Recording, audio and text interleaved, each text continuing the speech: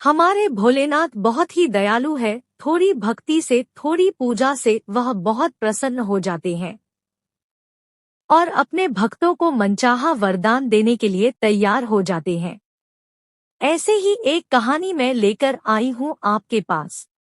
तो कहानी को सुनने से पहले आप हम सबके चैनल देवभूमि की कथा को सब्सक्राइब कर लीजिए और बेल आइकन को भी दबा दीजिए ताकि मैं और सारी कहानियां आपके पास ले पाव और कहानी को आधा अधूरा छोड़कर हमारे महादेव का अपमान मत करिएगा। एक बार महर्षि नारद धरती पर घूम रहे थे। रास्ते में उन्हें वृकासुर नाम का राक्षस मिला। नारद मुनि को देखते ही उसने कहा कि मैं आपसे कुछ सलाह लेना चाहता हूँ। आप मुझे बताइए कि ब्रह्मा, विष्णु और महेश में कौन देवता जल्द प्रसन्न हो जाते हैं। महर्षि नारद ने बहुत सोचने के बाद कहा कि वैसे तो तुम तीनों महादेवों में से किसी की भी तपस्या कर सकते हो, लेकिन ब्रह्मा और विष्णु जल्दी प्रसन्न नहीं होते हैं। उनके लिए बहुत वर्षों तक कठिन तपस्या करनी पड़ती है। ये भी हो सकता है कि तुम्हारी आयु पूरी हो जाए, लेकिन तपस्या पूरी न हो। भगवान शंकर थोड़ी आराधना से ही प्रसन्न हो जाते हैं। वृकासुर ने भगवान शंकर की आराधना करने का फैसला किया और हिमालय के केदार क्षेत्र में जाकर आराधना करने लगा।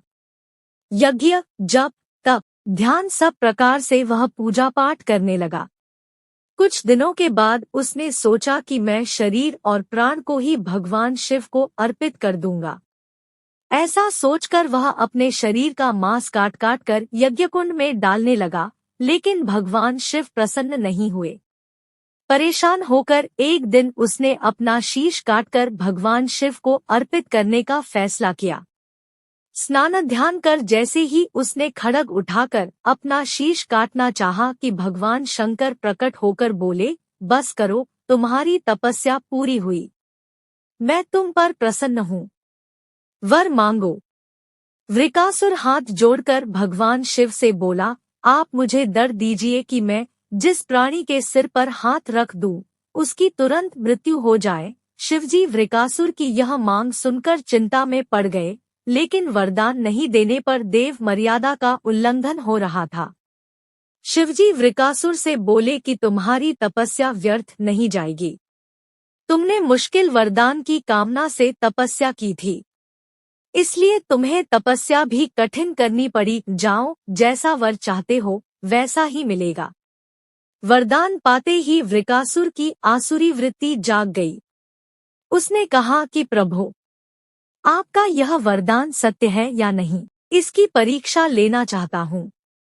इसलिए पहले आपके सिर पर ही हाथ रखकर देखता हूँ कि इस वर में कितनी सत्यता है। भगवान शंकर ने सोचा कि यह राक्षस कुछ नहीं सुनेगा। जब वृकासुर शिवजी के सिर पर हाथ रखने के लिए आगे बढ़ा तो वह वहां से भागने लगे। इस पर वृकासुर का क्रोध बढ़ गया। वह पीछा करते हुए चिल्लाया कि महर्षि नारद की तरह आपने भी मुझसे छल किया है। वरदान की परीक्षा से डरकर क्यों भाग रहे हैं। शिवजी भूमंडल छोड़कर देवलोक तक भागते रहे और वृकासुर भी उनका पीछा करता रहा। अंत में भगवान शिव विष्णु लोक पहुंचे और विष्णु जी को अपनी परेशानी बताई। विष्णु जी ने हंसकर कहा कि कुछ भी हो, आपके वरदान की सत्यता तो सिद्ध करनी ही होगी। भगवान विष्णु ने योगमाया से एक वृद्ध तेजस्वी ब्रह्मचारी का स्वरूप बनाया और वृकासुर की ओर चल पड़े। भगवान विष्णु को जब वृकासुर आता हुआ दिखाई दिया तो उन्होंने आगे बढ़कर उसे प्रणाम किया। उन्होंने वृकासुर से कहा कि असुरराज कहाँ भागे जा रहे हैं। लगता है कि आप बहुत थक गए हैं। शरीर को थोड़ा आराम दीजिए। आप सब प्रकार से समर्थ हैं, फिर भी मेरे योग्य कोई काम हो तो बताइए। अक्सर लोग अपने मित्रों और सहायकों से ही अपने काम पूरा करा लेते हैं। एक तेजस्वी ब्रह्मचारी की बातें सुनकर वृकासुर ने शिवजी के वरदान और उसकी परीक्षा की बात बताई। इस पर ब्रह्मचारी हंसा और कहा कि तुम किसके वरदान की परीक्षा लेना चाहते हो? शिवजी का तो अपना कोई घर ही नहीं है। वह खुद भूतों प्रेतों के साथ घूमते रहते हैं। वह भला किसी को क्या वर देंगे? वर देने वाले तो ब्रह्मा और विष्णु ही है। विष्णु जी ने वृकासुर से कहा कि तुम्हें वरदानी होना था तो ब्रह्मा या विष्णु की आराधना करनी चाहिए थी। शिवजी के पीछे बेकार दौड़ रहे हो। वरदान देने वाला तो खुद इतना शक्तिशाली होता है कि उसके वरदान का असर खुद उस पर नहीं हो सकता है। उन्होंने तो तुम्हें झूठ मूठ का वरदान दिया है। तुम्हारी तपस्या बेकार चली गई। ब्रह्मचारी की बात सुनकर वृकासुर निराश हुआ। उसका मनोबल टूट गया। वह कहने लगा कि मुझे तो देवर्षि नारद ने शिव की आराधना करने को कहा था। ब्रह्मचारी ने कहा कि तुमने नारद मुनि पर भरोसा कर लिया। वह तो ऐसे घुमक्कड़ साधु है जो सभी को उल्टी सलाह ही देते हैं। अगर तुम्हें मेरी बात पर भरोसा नहीं हो तो अपने सिर पर हाथ रखकर देख लो कि कैसे शिव ने तुम्हें झूठा वर देकर बहकाया है।